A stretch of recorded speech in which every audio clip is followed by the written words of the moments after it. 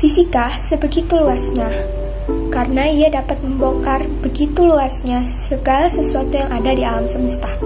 Mulai dari materi terkecil di alam semesta, hingga yang super raksasa seperti galaksi. Selamat datang di ilmu yang mengatur kemajuan dalam dunia pengetahuan dan teknologi, fisika. Assalamualaikum warahmatullahi wabarakatuh. Tambih pun, apa kabar kalian semua? Semoga kita semua selalu diberi kesehatan oleh Tuhan Yang Maha Esa. Perkenalkan, nama saya Zalzabila Anggun Madewi dari kelas 12 IPA 8. Pada kali ini, kita akan belajar hakikat ilmu fisika dan keselamatan kerja di laboratorium. Alangkah lebih baiknya, sebelum kita memulai pelajaran, kita berbaca doa terlebih dahulu. Berdoa dimulai.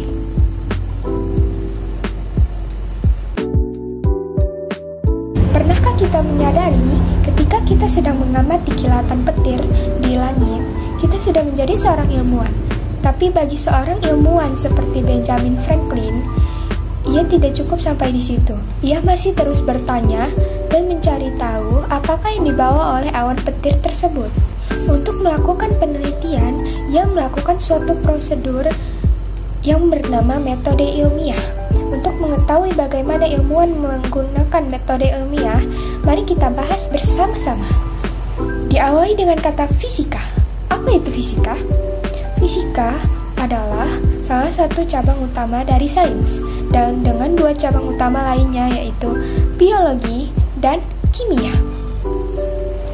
Lalu, apa itu sains? Sains berasal dari bahasa Latin yang berarti pengetahuan. Yang berarti sains adalah ilmu pengetahuan alam yang mempelajari tentang gejala alam melalui pengamatan, eksperimen, dan analisis. Lalu, fisika sendiri mempelajari materi dan energinya serta reaksinya. Nah, hakikat fisika terbagi menjadi 3. Fisika sebagai produk, fisika sebagai sikap, dan fisika sebagai proses. Fisika sebagai produk sendiri dikenal dengan istilah a body of knowledge, yang merupakan kumpulan pengetahuan di mana bentuknya dapat berupa fakta, konsep, rumus, model, prinsip, dan hukum, maupun teori. Jadi, misalnya fisika itu sangat berkaitan erat dengan konsep, hitungan, rumus, lalu seperti prinsip dan hukum. Seperti contohnya, hukum kekekalan momentum, hukum kekekalan energi, hukum Kirchhoff, dan sebagainya. Atau kalau teori seperti teori kinetik gas, teori atom, dan lain-lain. Lalu, fisika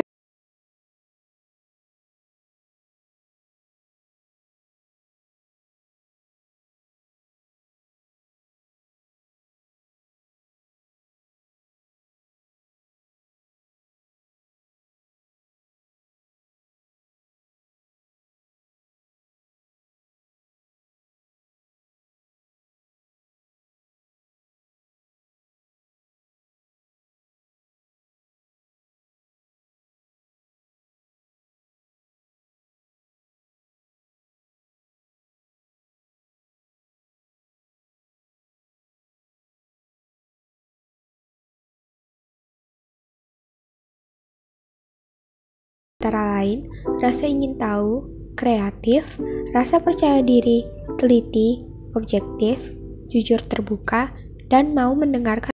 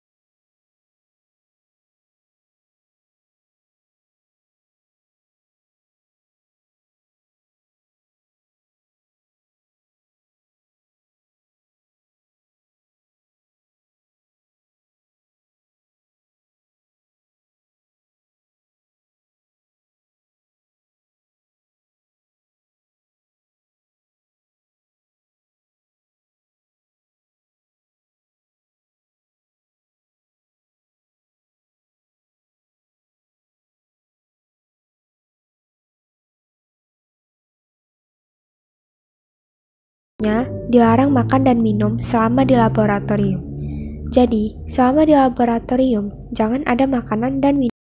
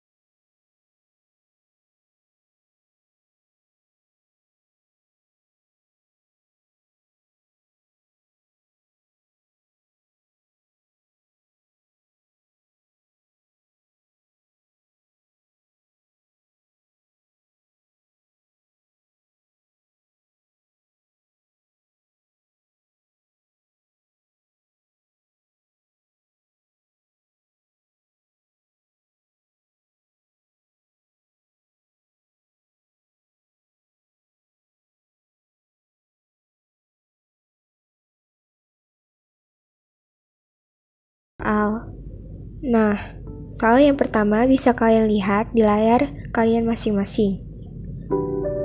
Perhatikan beberapa penerapan fisika berikut. 1. Penggunaan sinar gamma untuk sterilisasi alat bedah. 2. Penggunaan sonar dalam industri kelautan. 3. Penggunaan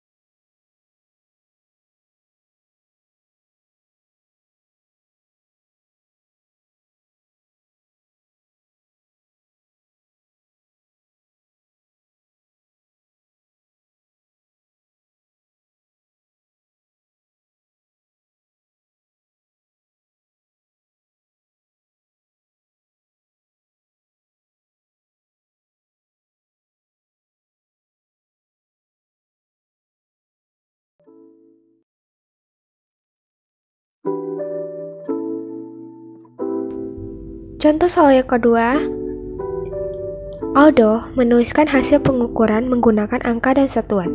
Tindakan yang dilakukan Aldo merupakan kriteria metode ilmiah yaitu A. Berdasarkan fakta dan bersifat objektif. B. Berdasarkan prinsip-prinsip analisis. C. Melalui proses teknik kualitatif. D. Berdasarkan teknik kuantitatif. E. Bebas dari prasangka. Perhatikan, di soalnya terdapat angka dan satuan, berarti angka dan satuan dirumuskan ke dalam kuantitatif. Jadi jawabannya ada D, berdasarkan teknik kuantitatif. Contoh-contoh aplikasi ilmu fisika dan teknologi yang sudah kita pelajari antara lain yaitu penggunaan sinar gamma untuk sterilisasi alat bedah, penggunaan sonar dalam industri kelautan, penggunaan fiber optik untuk jaringan internet, penggunaan gelombang akustik untuk mendeteksi kandungan gas atau minyak bumi, pembuatan kereta maglev menggunakan superkonduktor, dan masih banyak lagi. Nah, setelah mendengar penjelasan barusan, ternyata segala sesuatu dari dunia ini banyak sekali mengandung dan mengambil ilmu-ilmu dari fisika. Dan mereka menyalurkan ilmu fisika tersebut melalui hakikat ilmu fisika. Tanpa kita sadari, mungkin tanpa adanya ilmu fisika, dunia kita sangatlah sempit. Dan ternyata fisika sangat dekat dengan kehidupan kita. Nah teman-teman, sekarang waktunya diskusi. Teman-teman silahkan pause video ini untuk mulai berdiskusi.